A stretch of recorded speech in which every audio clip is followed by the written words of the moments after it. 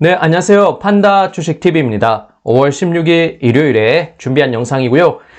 주말 날씨가 좀 좋지 않은 연서옥입니다. 그래도 한 주 잘 마무리하시는 일요일 되시면서 새로운 한 주 잘 준비하셨으면 좋겠습니다. 제가 이번에 준비한 영상은요. 이 바이두가 5월 18일 뉴욕장 개장 전에 실적 발표 앞두고 있습니다.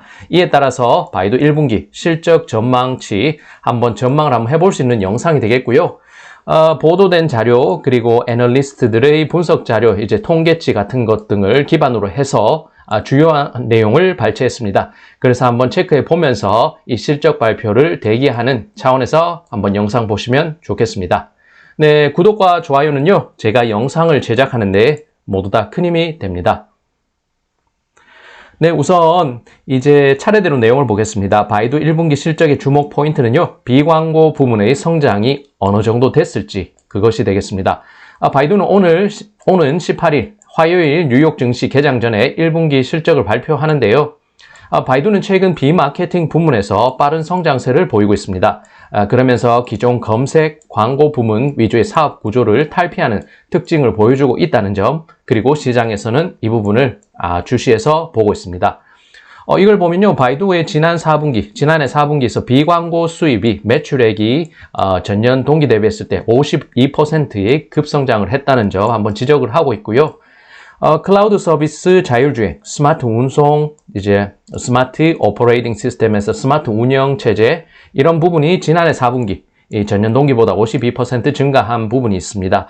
그런데 반면에 핵심 사업 부문인 광고 부문은요, 2분기 연속해서 정체되는 모습을 보이면서 이제 신규 사업 부분에서 성장세가 가팔라지고 있다는 점 실적에서 확인할 수가 있습니다.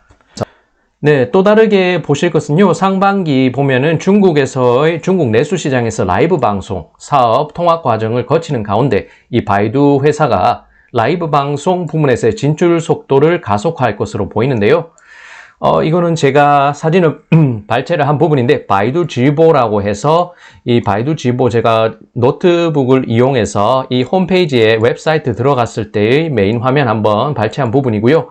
이렇게 실시, 시사, 재경, 경제, 교육, 애정, 연애, 이제 먹방 같은 종류이고요. 그 다음에 건강, 헬스, 육아, 여행, 자동차, 법률 등 이렇게 카테고리를 분류해둔 이제 바이두 라이브 방송 이 웹사이트를 한번 갖고 와봤습니다.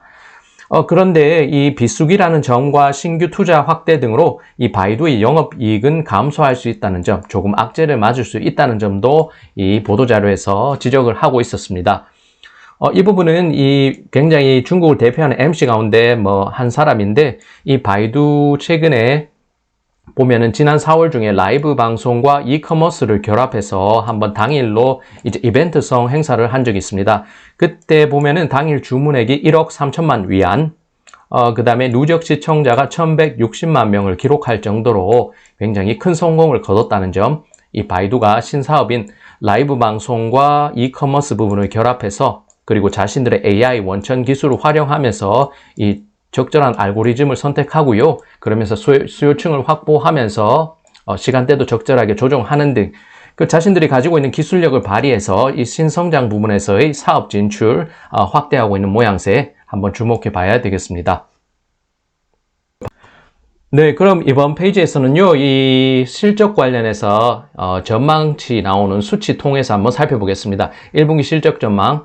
이 블룸버그에서 밝힌 바이두 1분기 실적은요, 애널리스트 전망치에 따랐을 때 1분기 매출액이 273억 위안으로서 전년 동기보다 21% 증가했다고 전망치 내놨습니다. 그리고 순이익은요, 22억 6,100만 위안으로서 전년 동기 대비 5.7% 늘어났을 것으로 내다봤습니다.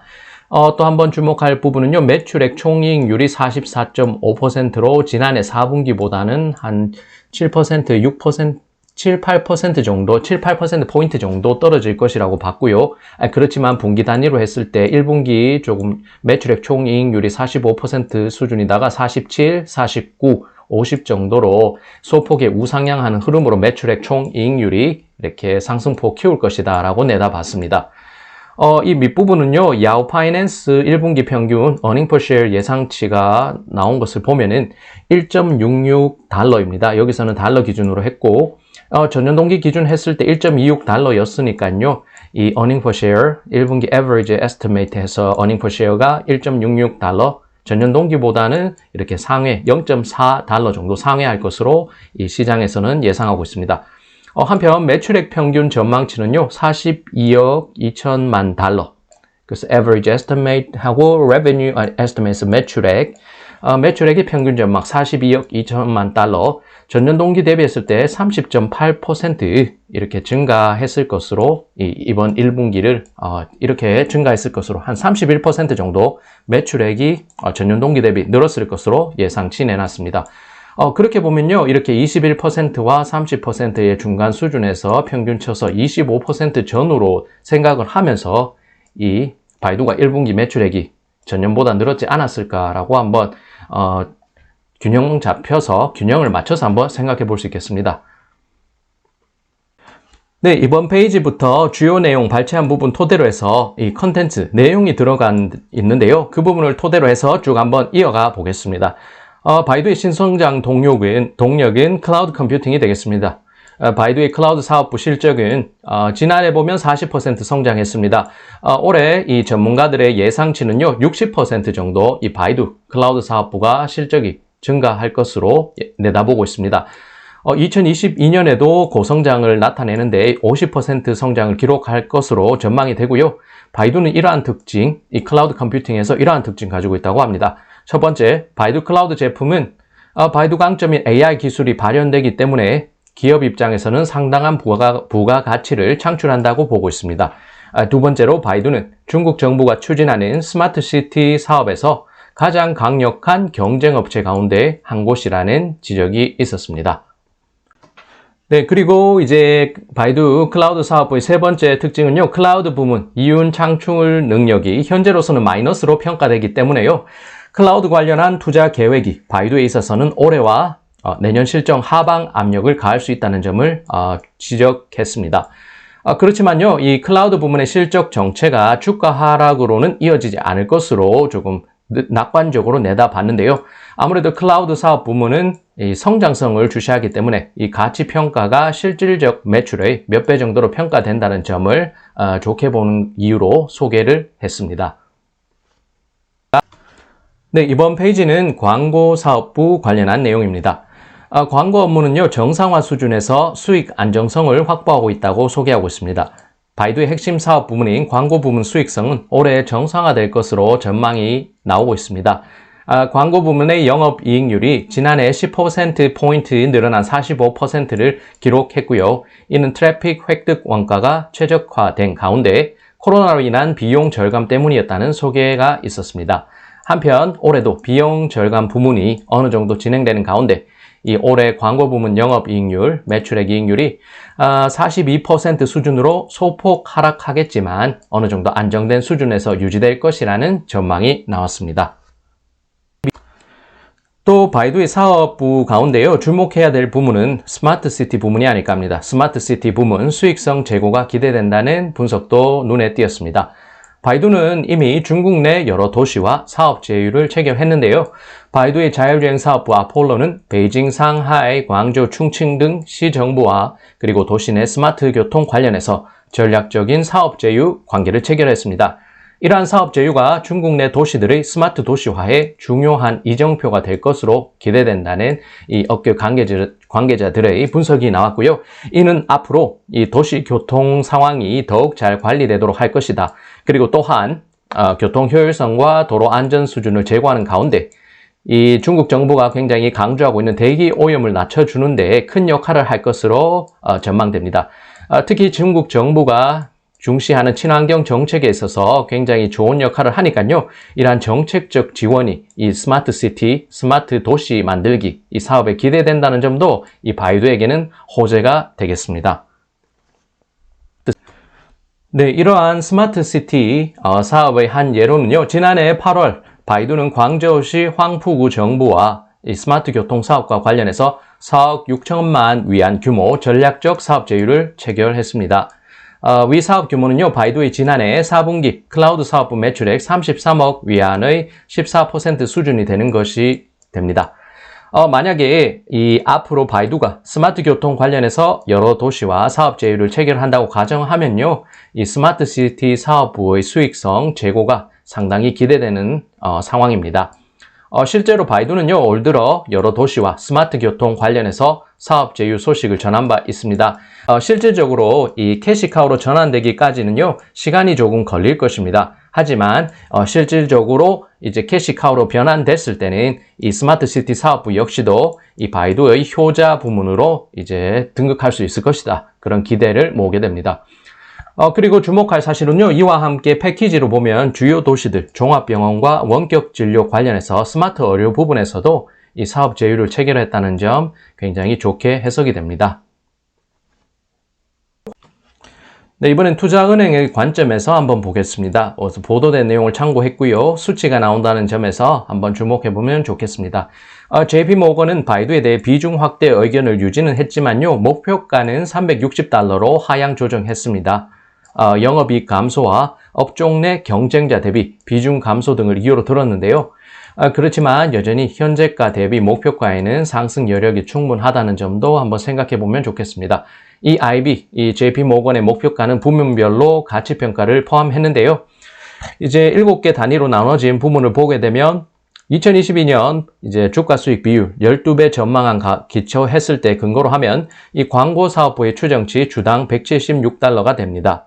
그리고 자회사인 동영상 스트리밍 자회사 IH의 주당 가치는 11달러, 지분 투자 평가금이 주당 31달러, 그리고 지리자동차와 합자한 지두자동차 추정가치 주당 12달러, 자율주행 사업부 아폴로 주당 49달러, 듀얼 OS 추정가치 주당 5달러, 바이두 클라우드 사업부 추정치는 주당 76달러로 이렇게 부문별로 합산을 해서 토탈을 내면요, 이 360달러 목표가가 책정이 되는 것입니다. 그것은 2021년 주가 수익 비율 전망치 37배, 37배를 기준으로 했을 때의 그런 목표가가 되겠습니다. 네, 이번 페이지는요, 리스크와 기회라는 목차를 통해서 한번 내용 쭉 한번 보겠습니다. 바이두는 지난 3월 23일 홍콩에 2차 상장했는데요. 가는 날이 장날처럼 굉장히 안 좋은 상황이 이어졌습니다. 그날 뉴욕 증시에 상장된 종목 주가가 262달러였는데 이 빌왕 아케고스 마진콜 사태가 나면서 25일 205달러로 폭락을 했습니다.